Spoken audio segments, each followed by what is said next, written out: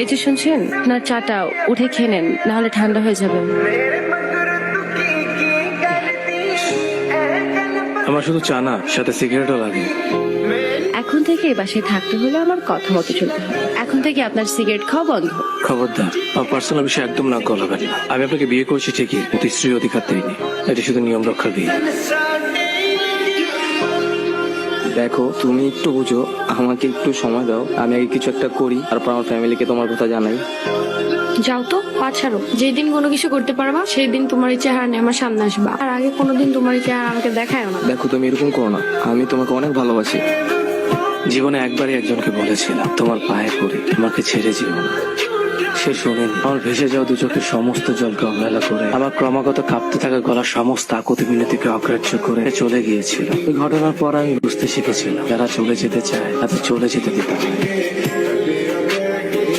তোমাকে নিয়ে আমার খুব চিন্তা হয়, কখনো যদি তোমাকে কেউ নিয়ে চলে যায়। এমন কিছুই হবে না, তুমি শুধু শুধু চিন্তা করো। আমার কাছে কেমন যেন ভয় ভয় লাগে। তুমি আমাকে নিয়ে চিন্তা করো না। আমি আমার পরিবারের কাছ থেকে 2 বছর সময় নিয়েছি। তারা এখন চাইলেও আমাকে বিয়ে দিতে পারবে না, আর আমি বিয়ে করবো না। আর যদি বিয়ে করতেই হয়, আমি তোমাকেই বিয়ে করবো। এতদিনে এতটুকু তো চিনতে পারছো আমাকে। হ্যাঁ, এটার জন্য তো আমি তোমাকে এত ভরসা করি। আমার ভিতরে একটা তৃপ্তি অনুভব হয় তখন তোমার এইসব মায়া ধরনের কথা শুনি। সারা জীবন থাকতে পারবে তো আমার সাথে ভালো। তুমি চলে গেলে আমি ভীষণ একা হয়ে যাবো, একদম ভেঙে যাবো। ধুর পাগল, এসব কি বলো? এগুলো বলতে নেই। আচ্ছা, এখন আমি যাই। আপনার কলটি এদিকে এগিয়ে আসছে। আমার গোছানো দুনিয়া হঠাৎ করে কেমন যেন অগোছানো হয়ে গেছিল। কেমন জানি ভয় হচ্ছিল, আমি কি আমার ভালোবাসার মানুষটাকে হারিয়ে ফেললাম। কেমন আছো তুমি? ভালো নেই। ওর সাথে আমার কিছুদিন ধরে দেখা হচ্ছে না, কথা হচ্ছে না। সবকিছু না কেমন যেন এলোমেলো হয়ে যাচ্ছে। আমি যদি ওর কোনো খোঁজ পাও আমাকে একটু জানাও প্লিজ। আচ্ছা ঠিক আছে, জানাবো। আয়নায় নিজের চেহারা দেখেছো? কি হাল করেছো নিজে? নিজের যত্ন নিও।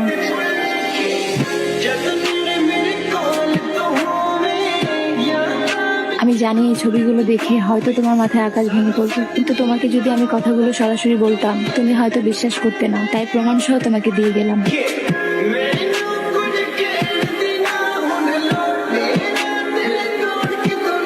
কে এই ছেলে? কি হলো বলতেছো না কেন? কে এই ছেলে? ওর সাথে তুমি এখানে কি করো? এতদিন তুমি আমার ফোনও ধরো নাই, একটা ফোন ব্যাকে টেক্সটও দাও নাই। ও আমার ফিয়ান্সে। কিছুদিন পর আমাদের বিয়ে। ফ্যামিলিগত ভাবে আমাদের বিয়ে ঠিক হয়েছে। মানে কি এটি? তুমি না আমাকে বললে ফ্যামিলির সাথে কথা বলে সবকিছু ম্যানেজ করতেছো। আমি তোমার কথা কিভাবে বলবো আমার ফ্যামিলিতে? কি করো তুমি? কোনো যোগ্যতা আছে তোমার? আর এই ছেলেকে দেখো, যেই কোম্পানিতে চাকরি করে মাসে লাখ টাকা ইনকাম করে। আমি কিভাবে থাকবো তোমার এমন একটা অনিশ্চিত ভবিষ্যৎ নিয়ে?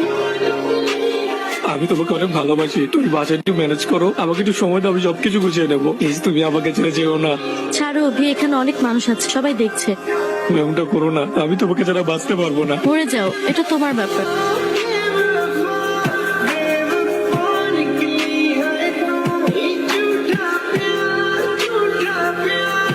তুমি এখানে? তোমার জন্য অপেক্ষা করছিলাম। মানে আমি যে এখানে আসবো তুমি কিভাবে জানলে? এখানে একদিন আসার পর পুরনো সেই ওয়েটারটি বললো তুমি নাকি এখানে মাঝে মধ্যেই আসো, তাই আমি তোমার সাথে দেখা করার জন্য রোজ এখানে অপেক্ষা করি। তোমার এই অবস্থা কেন?